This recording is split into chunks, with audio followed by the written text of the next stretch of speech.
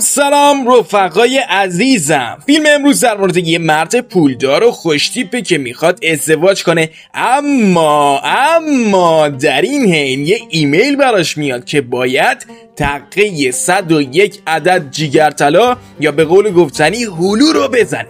این همه خوشبختی محاله. بریم برای ادامه داستان. فقط قبلش یادت باشه که دکمه لایک رو بزنی. اگه تا حالا کانال ما رو ساب نکردی دکمه ساب رو بزن. بریم برای ادامه فیلم.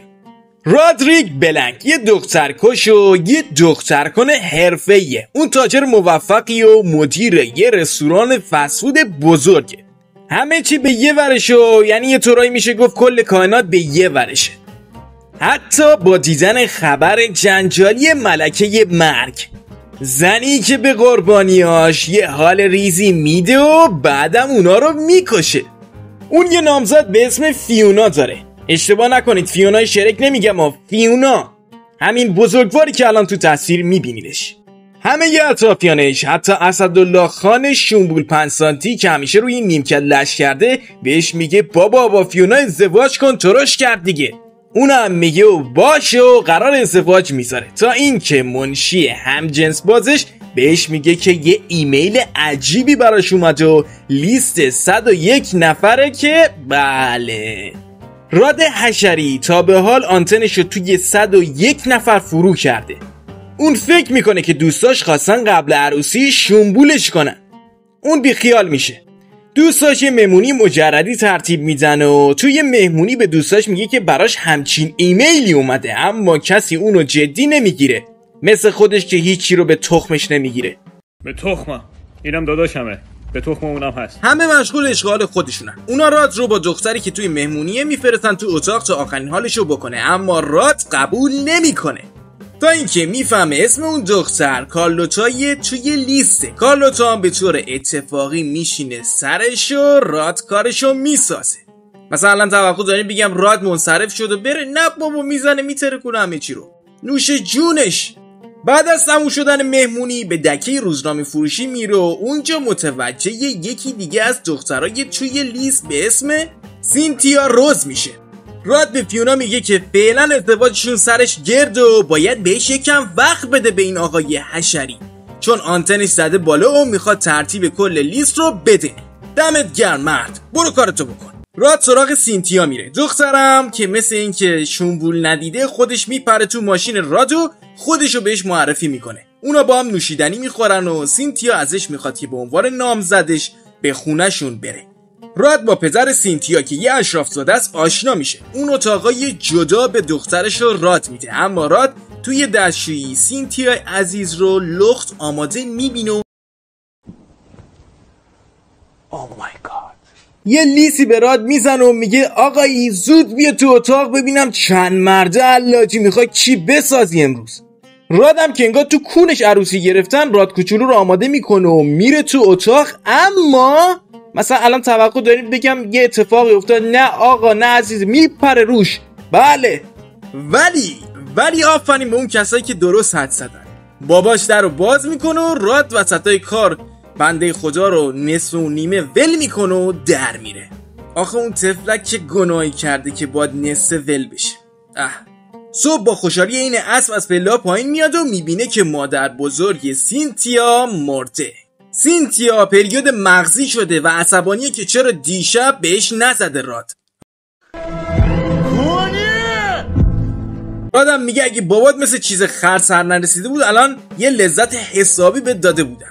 سینتیا تعجب میکنه چون راد اصلا توی اتاق اون نرفته. پدرش خوشحاله که مادر بزرگش موقع مرگش یه لبخندی داشته و انگار دم آخری یه حال حسابی کرده.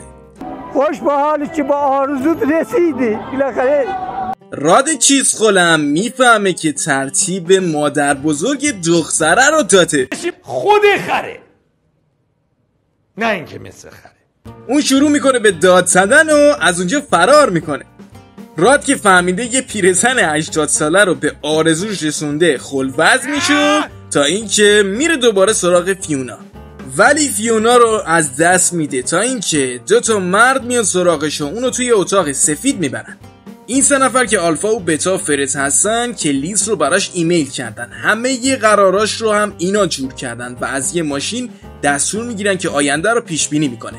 آلفا از راد میخواد که از اونا چیزی به کسی نگه و بره به ادامه کردن آدمای لیز بپردازه. رادم میره سراغ دخترای دیگه و تقه یکیشون رو میزنه، یکیشون. دوستاش براش پیام میذارن آقا بس دیگه، اینقدر تلمبه نزن، چای همه رو باز کردی. بعدم دعوتش میکنن به مهمونیشون. اون به مهمونی میره و بعد با دوستش به بار میرن. اونجا یه نفر به اسم راب میاد پیششون، اونم یه لیست گرفته و شب باید به یکی بزنه. رادم 2 نفر رو میبینه که توی لیست هستن و بهش زل زدن که کارشون رو بسازه. راد میره سراغ کیف و حالش و راب هم گیر ملکه مرگ میفته و ته کارم از بالا پرت میشه پایین و میمیره. منشی راد ازش میخواد که از شر لیز خلاص بشه و رادم همین کارو میکنه و لیز رو خاک میکنه و گلم میریزه روش. راد دیگه به خودش و راد کوچولو استراحت میده و عاشق یه دختری به اسم میراندا میشه. اون دختر قبل از راد توی یه رابطه بد بوده. راد مثل بقیه دخترها میخواد با میراندا بخوابه، اما اون هر بار اجازه نمیده و بهونه میاره. دوباره همه اطرافیانش به همراه اسدالله خان ازش میخوان ترتیب میراندا رو بده، تا اینکه اون وسوسه میشه و میره لیست رو از زیر خاک برمیداره و میبینه که میراندا توی لیست نیست و شروع به داد زدن میکنه. آخش! راد میره سراغ آلفا و اونا بهش میگن که اگه کسی توی لیستت باشه اونا خودشون بدونی که ببینن استاد بهت میدن و بهش میگن که باید 34 نفر دیگه که تو لیست هستن و باید تلمبه بزنی، اما راد فقط میراندا میخواد، ولی من پپسی دوست دارم.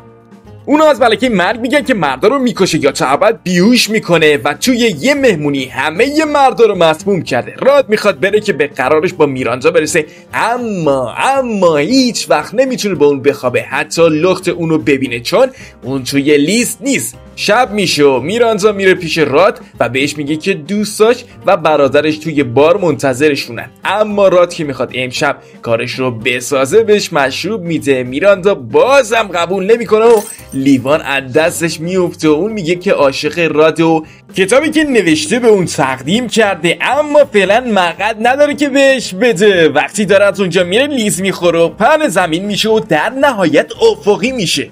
یه جورایی مثل توف دیدین چجور میچسبه به زمین، همونجور، دقیقا همونجور. دکتر به راد میگه که برای آخرین بار بیاد و دوست دخترشو ببینه. اون سراغ میراندا میره، بالاخره میتونه لخت اونو ببینه. کمربندشو باز میکنه. چه گویی میخوای بخوری؟ شرم و حیا داشته باشید، خجالت بکشید. خب به چیز گذشته و اون از میراندا خداحافظی میکنه و میاد بیرون. دکتر رو بغل میکنه و میفهمه که اون همونیه که باید ترتیبشو بده. راد به بقیه لیست میرسه و اون به قراری با زنی به اسم هوب که نویسنده است و سنش هم بالاست میره. همون اول کار تقه این یکی رو هم میزنه. راد پیش هوب خیلی راحته و اون میتونه باش درد و دل کنه. 1 ماه رو با اون دوست میمونه و اما در آخر باش به هم میزنه و تبدیل میشه به یه آدم الکلی. توی اخبار اعلام میشه که ملکه مرگ توی آخرین حمله‌ای که یه نفر رو شکار کرده گواهینامه‌اش رو جا گذاشته و موقعیتش لو رفته. اسم این ملکه مرگ جیلیان دیری هست که نفر 101 لیست راد هست. راد که اینو میفهمه یکی از تخماش میفته، چون قرار دار فانی رو بکنه تو راد. اون بعد از این که این موضوع رو میفهمه با سرعت میره پیش آلفا و بهشون میگه با چه گوی بخورن. در این ماشینی که بهشون اطلاعات میده نشون میده که تا 14 روز دیگه آدرس جیلیان رو بهشون میده. آلفا ازش میخواد که توی این مدت ترتیب اون 20 نفر باقی مونده لیست رو بده و بعد از اون زندگی جدید رو بدون خوابیدن با زنا شروع کنه تا نمیره. اونم خوشحال میشه و میره خونه و دوچرخش رو میشوره و ماکت میسازه و کتاب میخونه. ای کون کش تا دیروز بکن حالا کتاب. راد به دوچرخه سواری میره و اونجا با یه کمپوت پر از هلوهای 18 ساله برخورد میکنه و میفهمه که باید لامپ همه دخترها رو روشن کنه. دخترای باکر هم دونه دونه توی اتوبوس میشینن سرشو، از اون طرف پیاده میشن. خیلی هم از این که راد اونا رو از باکرگی در آورده افتخار میکنن و کل 20 نفر باقی مونده توی لیست رو میسیخه. اما نه یکی رو جا انداختی کمر سفت پهلوون، خدا قوت. یه نفر توی لیست که راننده ی اتوبوس دخترا بود رو جا انداخت و رفت سراغش. یه بادمجون دلمه‌ای که اون ترتیب راد رو داد و اونم از این وضعیت وحشت زده شد، طوری که خودش رو توی خونه حبس کرد تا اینکه منشی اون میاد در خونه، بهش بلیت سفر به استرالیا رو میده و بهش میگه بلنشو تخم سگ، جیلیان رو پیدا کردم. بعدم یه کتاب پرت میکنه سمتش تا بتونه مخ جیلیان رو بزنه. راد تصمیم میگیره که شنبولش رو با ساتور قطع کنه و این کار رو هم میکنه. البته نترسید چون بیچاره داره کابوس میبینه. فرد به راد زنگ میزنه و میگه که آمار جیلیان رو گرفتیم و اون قراره توی هتل میتر بمونه. آلفا هم برای اینکه بهش کمک کنه ازش میخواد توی خونه بمونه و سراغ جیلیان نره. اما راد تصمیمش عوض میشه و نمیخواد که آخر داستانش اینجوری تموم بشه، بنابراین خوشتیپ میکنه و میره سراغ اون. توی غذاخوری اونو میبینه و بهش میگه که مامورا دنبالشن. اون یه کپسول توی ظرف راد میندازه که اونو بخوره و راد بره اون دنیا. راد از جیلیان میخواد که در مورد خودش بگه. جیلیان میگه که عاشق یه مردی میشه که اونو آزار جنسی میده، مثلا هر روز باید شکل یه شخصیت در میومده و بهش حال میداده. تا اینکه یه روز که جیلیان مشغول نوشتن خاطراتش بوده مگسی میشه و مدادش روی زمین میندازه و شوهرش پاش روی مداد میره و سقط میکنه. اون یه خوابی میبینه و متوجه میشه که باید مردا رو به خاطر کاراشون مجازات کنه. اون از این کار خسته شده و مطمئن نیست که دیگه به کاراش ادامه میده یا نه. بعد از اون راد و جیلیان تصمیم میگیرن کپسولا رو بخورن. اونا همزمان کپسولا رو میخورن و شب رو کنار هم میخوابن. اما صبح روز بعد یه پسر بچه میپره روشون و اونا رو مامان بابا صدا میزنه و پایان فیلم معلوم میشه که قرصا اونا رو نکشته، چون راد تصمیم گرفته بوده که عشق واقعی داشته باشه و ازدواج کنه. در آخرم قربانیان جیلیان به هوش میان و راد و جیلیان زندگی خوبی رو در کنار هم میگذرونن و به عشق حقیقی میرسن و فیلم به اتمام میرسه. و بنده امیدوارم که به همه پسرای چنل یه لیست برسه. مرسی و گودبای.